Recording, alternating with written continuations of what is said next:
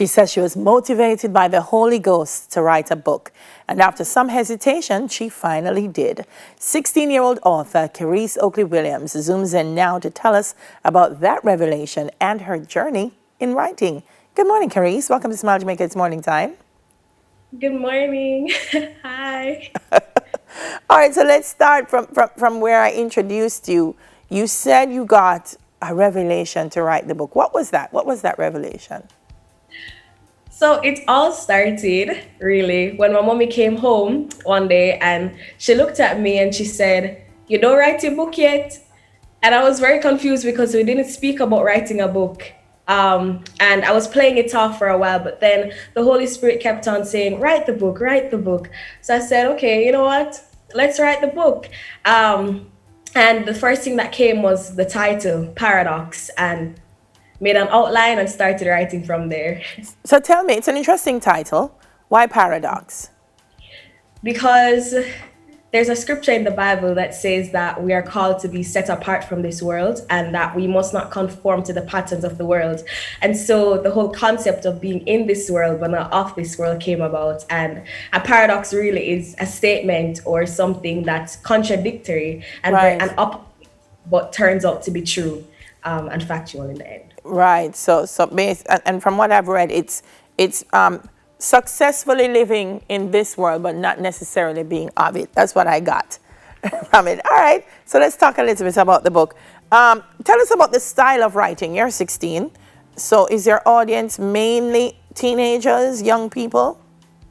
Well, the intended audience was actually young people. However, through the reviews that I've heard that many people of all ages have been reading the book. And the writing style was deliberately conversational because I wanted the readers to feel as though I'm sitting down and having a conversation with them, that we're Right. having one-on-one, so that it can be more, it can appeal to them more so that they can internalize it and say, maybe this is true. Maybe, if she can do it and if she's living not of this world, but she's in this world, maybe I can try it too. Yeah, one of the things I like, which is why I asked about the audience, is because I think the language and I think the phrasing and just the way you approach it. Sometimes as adults we try to talk to younger people, but we don't hit it just right. And so I feel like the more young people share information with each other, great information, positive information, that it works. So for example, when you say let's sip some tea, let's sip the tea. It's a phrasing for we're going to talk about a little, so it works. So let's talk about the variety of things you discuss. You raise sex in the book. How difficult was that to write? You said, Lord, Mommy is going to read this. How difficult was that to write about? It wasn't difficult at all. My mommy was very supportive and she was all for it because she believed that this is a topic that needs to be discussed, and so do I. Because as teenagers, we feel like these topics are taboo and we don't want these topics to be brought to the surface, yet still it's situations that teenagers do behind closed doors. Yeah. But it needs to be brought to the light. And so I thought that, okay, I see my counterparts, I see other teenagers and they're indulging in all of these different activities. But and I said, you know what? I don't think it's right for young persons to be feeling as though they are pressured by society to do all of these things. So why not write about it? Why not share with them what I'm thinking, how I deal with it, within this life. Yeah. You also raised the idea of adults kind of thinking we know everything, but we don't necessarily know everything. Parents just don't get it. Yeah, parents just don't get it. What do parents just not get? There are many. Okay, parents, they have their views on how they want their children to grow up, and at the same time, especially as young adults growing up, our own opinions kind of clash with what our parents are trying to tell us All the time. and all the time. And the thing is that we feel as though parents just don't understand many things that we probably face on a daily basis.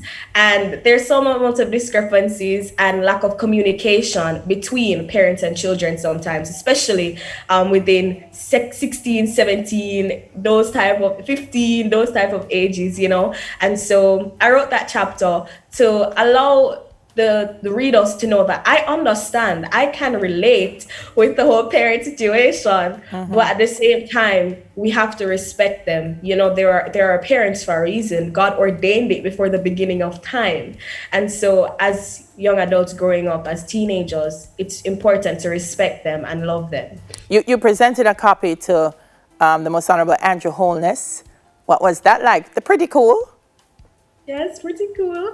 I would just like to say thank you so much to the Prime Minister for allowing me to share my book with him, and furthermore to do an interview to share the book with other persons. So he said that it's a good initiative and it was a really good book, and that he wanted me to share further with persons. Yeah, he indicated that you wrote it during COVID-19 to help other young people navigate not just the pandemic but life. And I know there is one chapter in the book that deals with depression. And I find that teenage mental health isn't something we talk about a lot. Teenagers have issues and we say, is them hormones? Then we outgrow it. But you felt it was important to raise that in the book. Definitely, definitely. Depression is a real thing. It's a topic that needs to be discussed, especially among teenagers. Many of them go through it. And not even only teenagers, everybody feels gets at a state of sadness within their life. And many times when they're in that sadness, or when they feel as though they're in a ditch, you know, they tend to forget that there's a God, that there is a God out there who's with them and who loves them. And so I wanted to just write this chapter to teenagers or whoever who might be feeling sad or who might be feeling oppressed or depressed, and let them know that it comes to an end and it's going to get better, and that the Lord is going to help you, and that he's never left you and he never will, you know? Great way to end this, Carice. In a second, just tell me, where can we find the book? The book can be bought on Amazon, Barnes & Noble's Author House. It's available at Kingston Bookshop, Ligani Plaza, Mall Plaza, Boulevard, Kingston Bookshop, and also it's available at the St. Andrew High School PTA office. Listen, you can get this book everywhere. Parents, get a copy for your children. Children, get your own copies. You know how to do that. It's a great read, inspiring, and thank you, Carice, for sticking with it and getting it done. Thank you so much. Carice Oakley Williams, 16-year-old author of Paradox. Still to come, 10 minutes to your health. We're going to look at obesity awareness, but first, here's News in 5 with Shane Masters.